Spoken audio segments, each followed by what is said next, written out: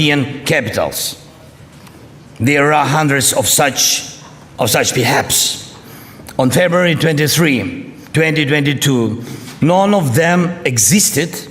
Now they are a part of reality. And what we lack in this reality?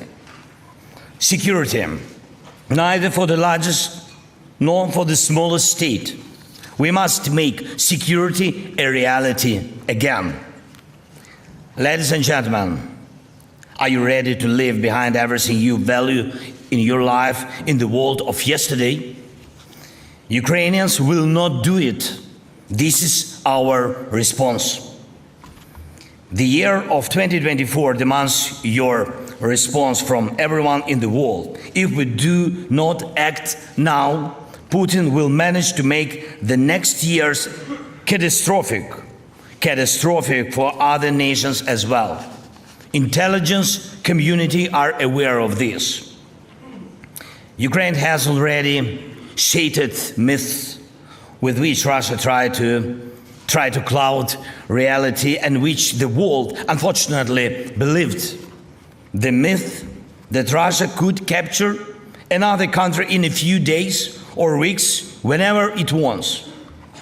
Ukrainians have been holding for 724 days.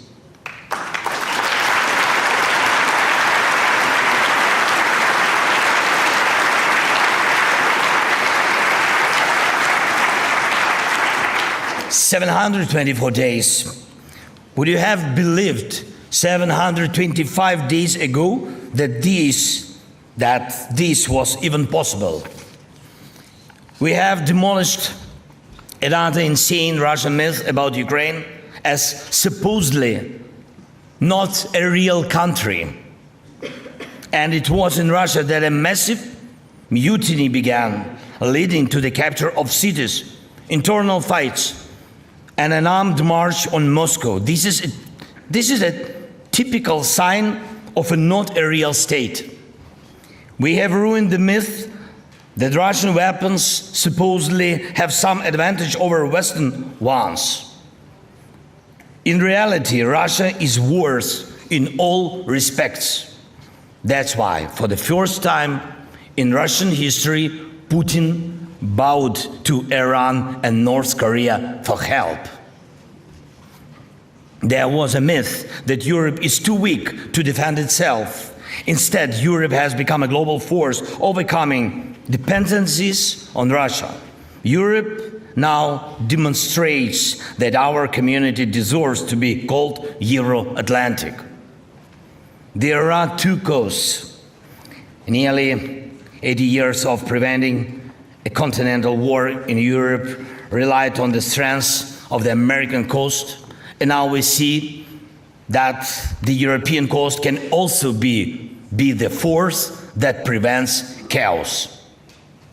Every defense coalition we have created proves this. Every security agreement we have signed implements it. We already have such an agreement with the UK, and I'm grateful for the security agreement with Germany that we signed it with Olaf in Berlin a day before, and we signed a security agreement between Ukraine and France with Emmanuel in Paris. And this is just the beginning of implementing agreements based on the G7's security declaration. We were told for a long time, go to Putin, so that he would allow the restoration of cargo movement in the Black Sea, in our Black Sea. But we did it without Putin. More than 23 million tons of cargo have been transported through the Black Sea and the Ukrainian export corridor. Since the beginning of this year, there is already normal shipment of goods to China, Spain, Egypt, Turkey, Italy, Pakistan, the Netherlands, Tunisia, Libya, and others. Some claimed that there is no effective defense against Russian missiles. And we know for sure, all of us, with Patriots and some other Western air defense systems, any Russian missile can be shut down. And if there are enough air defense systems in Ukraine, we will be able to bring home millions of Ukrainians, millions of our people, millions of our refugees. And thank you for your attitude in all your countries, for your attitude to our people. Thank you so much. Thank you very much.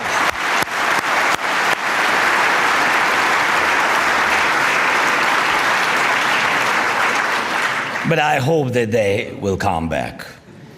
We will do everything for this. And of course, our economy will be able to regain independence from external support. Ukrainians have proven that we can force Russia to retreat and that we are capable of restoring the rules. And with this, we leave absolutely nothing of the key Russian myth, the myth that Ukraine supposedly cannot win this war. We can get our land back, and Putin can lose. And this has already happened more than once on the battlefield. Our actions are limited only by the sufficiency and length of the range of our strengths. But what does not depend on us? And Avdiivka situation proves this exactly. Dear friends, unfortunately, keeping Ukraine in the artificial deficit of weapons, particularly in deficit of artillery and long-range capabilities, allows Putin to adapt to the current intensity of the war. This self-weakening of democracy over time undermines our joint results. Russia has only one specific military advantage at this time, namely the complete devaluation of human life. Constant Russian meat assaults prove this. International tolerance of the lack of rule of law in Russia after 1991 and Putin's policy of controlled poverty have led to the fact that human life is worthless for the Russian state. In addition to this, Putin's years of self-isolation and his impunity have led to his complete degradation. Absolutely. He now openly justifies Hitler, absolving him of responsibility for World War II. And he has made the genocide of our people just an ordinary part of his policy. Putin kills whoever he wants, be it an opposition leader or anyone else who seems at the target exactly to him. After the murder of Alexei Navalny, it's absurd to perceive Putin as a supposedly legitimate head of a Russian state. And he is the thug who maintains power through corruption and violence, coming to his so-called inauguration, shaking his hand, considering him an equal means to disdain the very nature of political power. One may have different attitudes towards international institutions, but the International Criminal Court's warrant for Putin's arrest for kidnapping and forced deportation of children from Ukraine clearly demonstrates where Putin's so-called career should end. He has only two options ahead: to be in the dock in The Hague or to be killed by one of his accomplices who are now killing for him.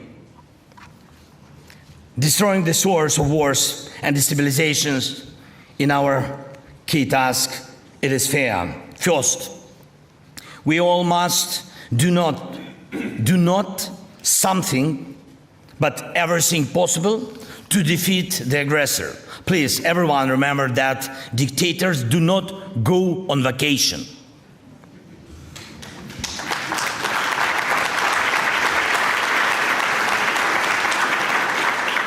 Hatred knows no pause. Enemy artillery does not fall silent due to procedural issues. Warriors standing against the aggressor need sufficient strength Second, we should not fear Putin's defeat. Putin is a threat to all free nations. And yes, for those who still haven't heard, Putin is the monster who invaded Ukraine and killed thousands and thousands of people and kidnapped and deported at least tens of thousands of Ukrainian children. But that's not all. Putin butchered Chechens and Syrians, invaded Georgia, ordered the execution of his opponents both outside the walls of the Kremlin and in the heart of London and Berlin. And yes, just yesterday he tried to send us all a clear message at the Munich Security Conference opened. Putin murdered another opposition leader. So please, let's not fear Putin's defeat and the destruction of his regime. Let's instead work together to destroy what he stands for. It is his fate to lose, not the fate of the rules-based world order to vanish. If we don't defeat Putin now, it won't eventually matter who is the president of Russia. Because every new Russian dictator will remember how to maintain power by annexing the lands of the peoples, killing opponents, and destroying the world order. If this happens, Europe, Central Asia, and the whole world will be a very dark place. Third, we must close all loopholes in the sanctions against Russia, and there should be no sectors of the Russian economy involved in this aggression that are still free for sanctions. This particularly relates to the nuclear sector. Also, Russian assets that are already frozen should be confiscated. And we need to go further, find, freeze, and securely pacify every dollar accumulated by Putin and his friends. Fourth, evil will never prevail if the forces of good are united and act together. History has proven it many, many times when empires of evil and tyranny, which seemed eternal, crumbled right in front of our eyes, and this increased the space of freedom in the world. And the bolder and more active America was, along with the others on the right side of history, the more successful freedom was. The world would have long been divided among the dreams of a few dictatorships if it was not the American dream which always left enough space for people dreams. Major decisions happening in unity of the whole world with the United States. And finally, fifth, Putin must be deprived of any ability to manipulate anyone in the world, to constrain the activity of the others. The world has a document that defines the basic rules of coexistence of nations, the Charter of the UN. Russia disregards it. Ukraine has offered the world a peace formula based on the principles and norms of the UN Charter. We have managed to unite representatives of all parts of the world to work on the peace formula and to develop details regarding the organization of the first Global Peace Summit. The summit is planned in Switzerland, and there the world must decide how to restore the full strength of the rule-based world order, almost destroyed by Russia. Please, do not ask Ukraine when the war will end. Ask yourself, why is Putin still able to continue it?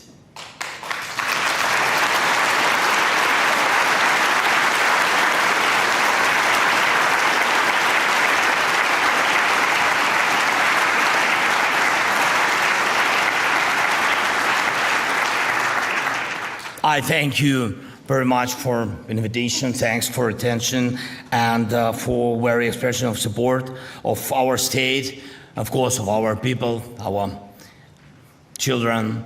And please be grateful to our warriors, and may our world based on rules never become the world of yesterday. Slava Ukraini!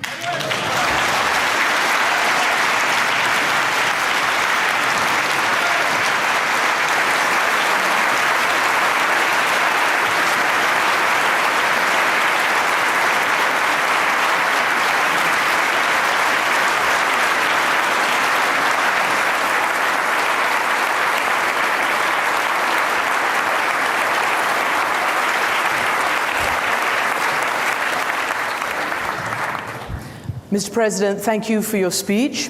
I am very pleased to be able to interview you for another 10 minutes, and then we will open it to questions for a small period of time after that from the distinguished guests. President has decided to speak in Ukrainian for the Q&A section, so everybody, headphones. I thought that everybody decided to listen to me in Ukrainian, that's why I think that is... But you know what? You're so good in English. If I can convince you to do this in English, I would be very happy. We'll see. Okay. Okay. Oh, crikey. All right. All right. Okay. Somebody tell me whether... Is it number one in English? Yes, thank you very much. Yeah? Okay. Well, maybe the number one, but you don't need it. But I don't have translation. No, but you don't need it, do you? It's just me. I don't need it. No. Oh. Sorry, you can take off your headphones. Yes, it's okay. Just, Okay. Okay. You want these on? I hope so. Fine, whatever. We'll see if it doesn't work, so I don't know. Okay. We can start then. Okay. Okay. All right. All right. Firstly, Mr. President, thank you for being here and for agreeing to talk to us in front of this audience and for CNN. I want to ask you first, you mentioned Avdiivka, and I would like to ask you first about the decision of your commanders to pull back. Your commander said, in a situation where the enemy is advancing on the corpses of their own soldiers with a 10-to-1 shell advantage under constant bombardment, this is the only correct solution. What do you expect to happen now? Дуже дякую за запитання. Абсолютно логічне, справедливе і професійне рішення зберегти максимум українців. Do you have translation? Okay. It's not very loud. Okay. I don't hear it. Важливо зберегти наших людей. І для нас... Sorry. Та, it's okay. Thank you. Carry on. Для нас це найголовніше завдання. Ми бережемо наших людей, наших воїнів, тому що це і є захист. А зброя будь-яка, ми вдячні всім нашим партнерам, але будь-яка зброя, зрозуміло, вона допомагає відновлювати справедливість і мир на території України. Але передусім всі знають, що людина тримається, військовий тримається. Військовий звільняє території, захищає домівки, захищає людей, сім'ї. І тому рішення правильне, щоб не попасти в оточення, прийнято рішення відійти на інші рубежі. Це не значить, що це люди вийшли на якісь кілометри і Росія щось захопила. Вона нічого не захопила. Ми повинні з вами зрозуміти, Росія за 2 роки війни намагалась на Сході щось зробити. І що таке щось? Вони просто зруйнували кілька маленьких селищ, містечок, але найбільше, що вони зруйнували, це наше життя. І тому вони розуміються, вони біснуються. Зрозуміло, що їх контрнаступальні дії почались в жовтні місяці, і з жовтня вони атакували цю нещасну Авдіївку всією зброєю, всією потужністю, що у них було. Просто тисячі їх військових загинули, десятки тисяч. Ось що добилась Росія. Виснаження їх армії, я вважаю, це завдання постійно наші військові виконують. Збереження наших життів – також правильне рішення, на мою думку. Далі буде відновлення, будуть чекати на відповідну зброю, якої просто не вистачило, просто не вистачає. Кажу вам абсолютно справедливо. Ну, немає далекобійної зброї. У Росії є, а у нас її дуже мало. Ось вся правда. Тому наша головна зброя сьогодні – наші воїни, люди, ну і ми розраховуємо на підтримку партнерів. So a senior NATO official told the FT that it is a desperate situation for you on the front lines, far worse than you are actually admitting. Your commander said that one of the reasons that they pulled back was in just the last 24 hours, there were some 20 airstrikes, 150 different shells. He said they're trying to erase Avdiivka from the face of from the earth. Do you think this will lead to a snowball of other towns and cities on the front lines collapsing? Or what do you expect for the next months and year?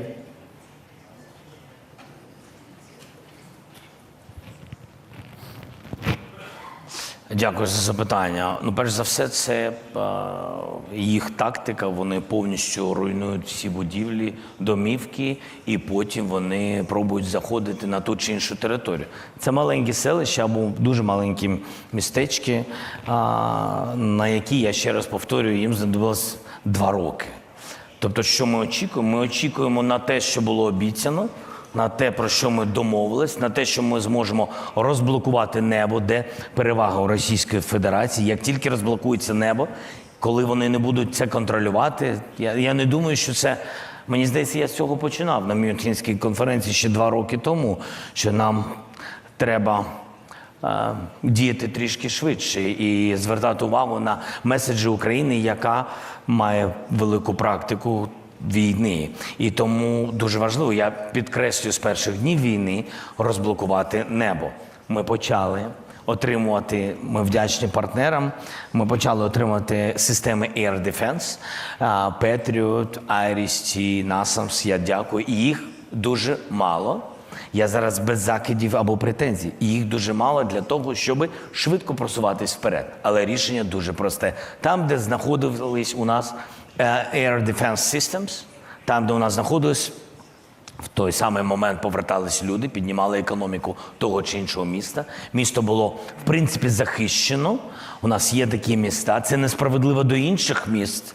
Тут немає пріоритетності.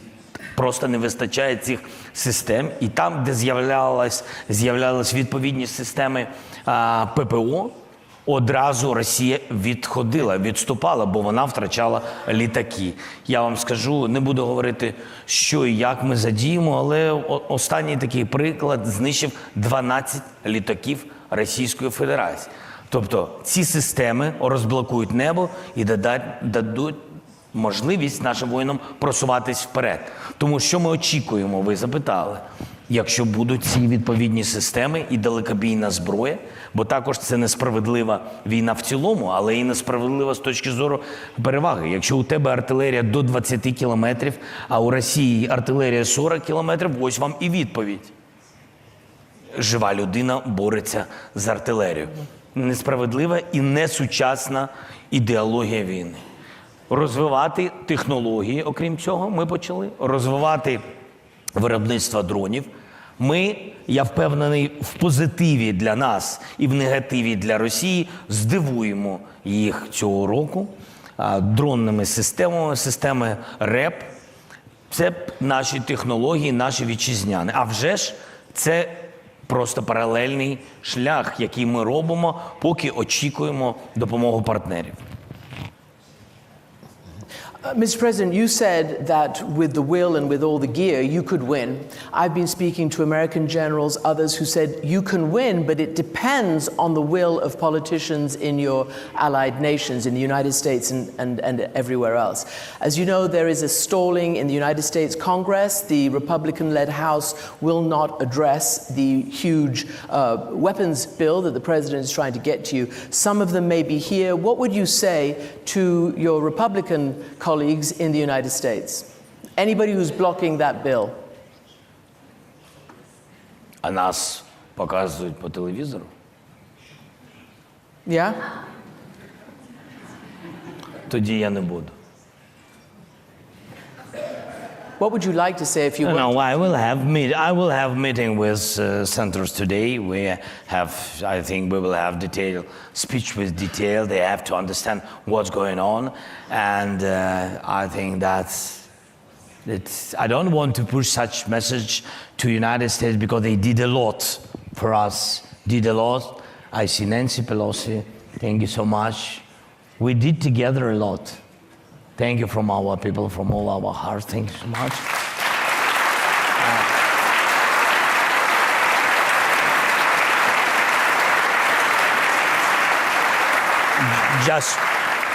Just we have to work in one joint team. That is the answer.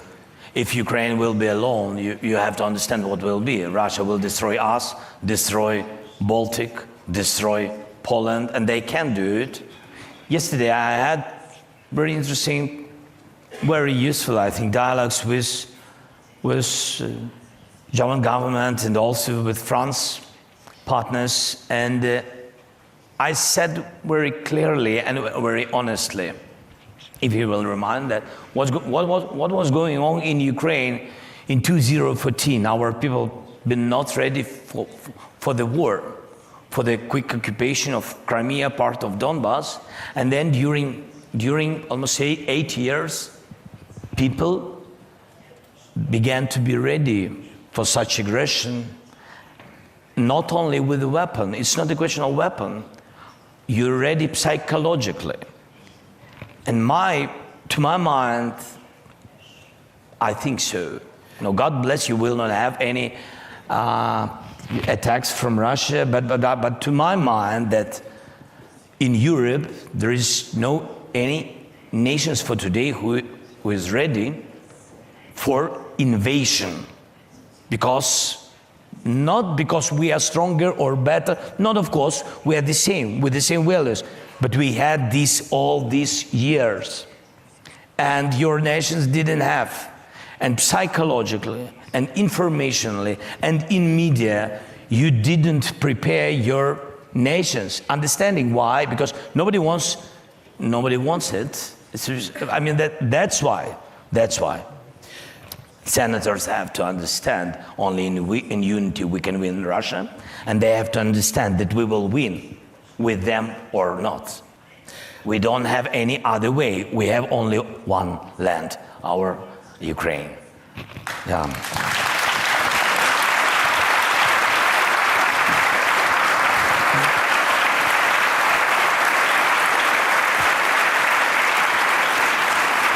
Mr. President, you are outmanned, and you always say this. There are a huge advantage in terms of numbers of Russian forces. There is a question of potentially you signing a law or changing the draft and the conscription and lowering the age from 27 to 25. Are you going to do that?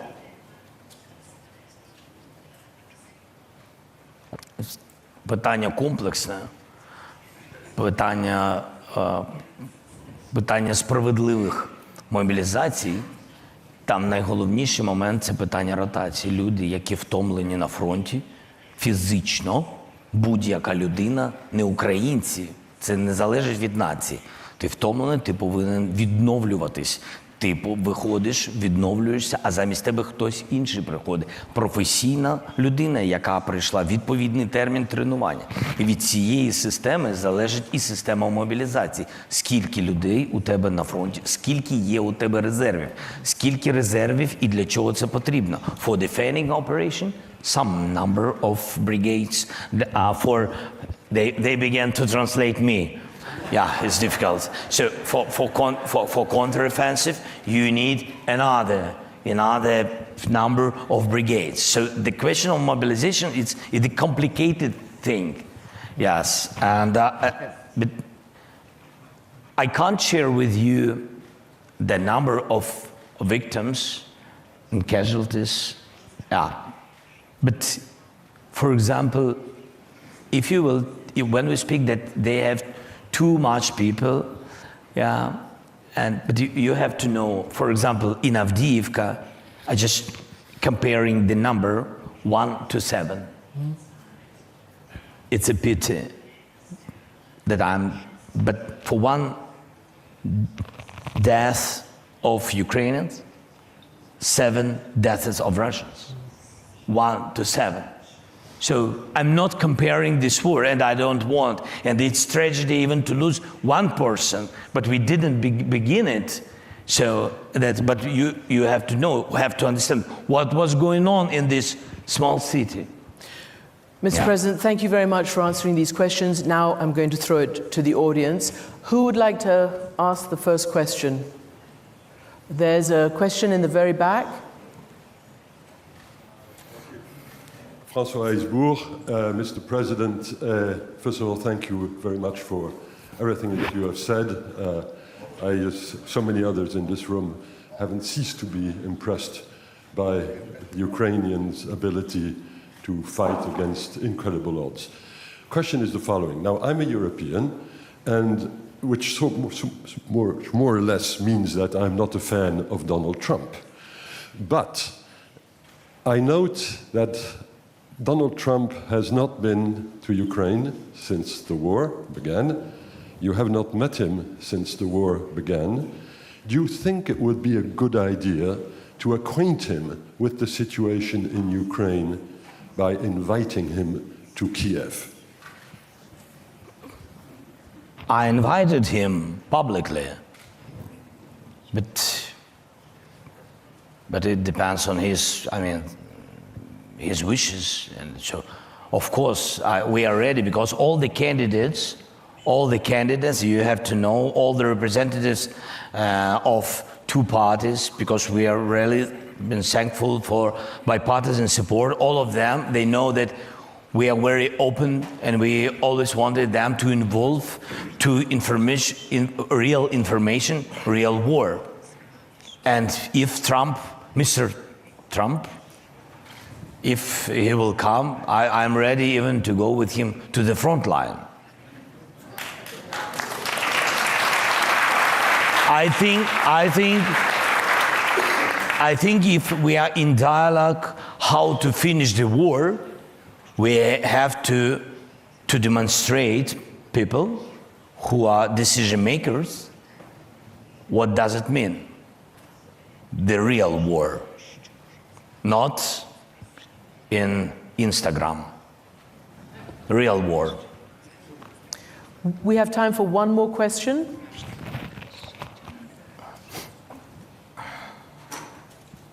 Over there? Yes?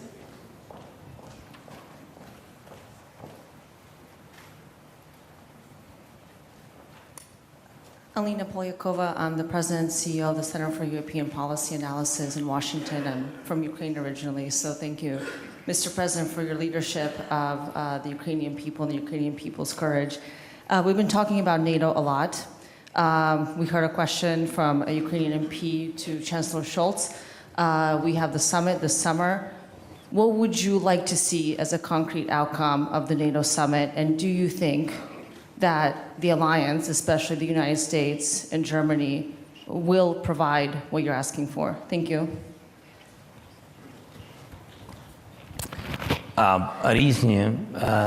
Це різні запитання. Чого ми очікуємо від Альянсу? І важливий був Вільнюський саміт, і тут Єнс знаходиться, я дуже вам вдячен. Ми почали працювати, у нас з'явилась Рада, це реальний практичний майданчик обговорення і допомоги. Також на платформі, це було в моєму виступі Вільнюського саміту, ми побудували першу зустріч і такі серйозні відносини, які призвели до декларації групи 7+. У нас вже 30 цих країн, які будуть підписувати з нами гарантії безпеки. Ми тільки почали з 3, про що я сказав.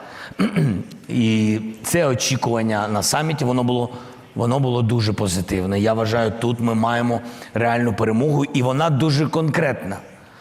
Конкретна перемога, конкретна зброя, конкретні гроші конкретні терміни. Я вважаю, це важливо. Що стосується запрошення України в НАТО, а вже ж ми цього хочемо, це наша ціль. Ціль наша бути членами НАТО. Я вважаю, що ми на це заслуговуємо. До речі, тут Єнс Столтенберг. Краще у нього запитати, коли Україна буде в НАТО. Мені здається, це буде більш справедливо. Ми зі свого боку ми будемо робити все, щоб наближати Україну до Альянсу. Ми розуміємо, що не всі країни підтримують, тобто це союзницьке рішення, і не всі лідери це поки що підтримують. Тому чого очікувати? Очікуємо в будь-якому випадку зміцнення наших відносин, зміцнення щодо зброї. І напевно для нас сьогодні пакети озброєння, пакети ППО, я скажу вам чесно, напевно на сьогодні це найважливіше. Да. Особливо від тих держав, які вагаються, чи запрошувати нас в НАТО, чи ні. Mr. President, thank you very much for your time and your message. And I will put that question to the next panel. Great. Thank you. Whoa! Ladies and gentlemen,